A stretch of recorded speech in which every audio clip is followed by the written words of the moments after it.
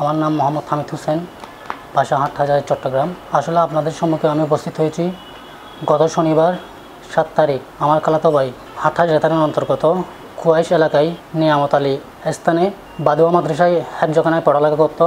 ওখান থেকে শুক্রবার বাসায় এসে শনিবারে বাসা থেকে বাইরে হয়ে গেছে। এখনও পর্যন্ত কোনো খোঁজখবর পাওয়া যায় নাই।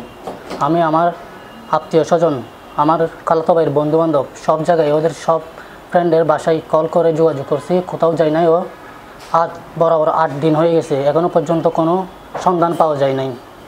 আমি হাটহাজারী থানায় জিডি করছি, ওখান থেকেও কোনো সন্ধান এখনও পাওয়া যায় নাই। আপনাদের সকলের কাছে বিনীত অনুরোধ, আমি আমার ভাইয়ের ছবি দেখাইতেছি, ওইটা দেখে আমার ভাইকে কোনো হৃদয়বান ব্যক্তি যদি দেখে থাকেন তাহলে আমাদেরকে জানাবেন। আমি আপনাদের কাছে চিরকৃতজ্ঞ থাকিব।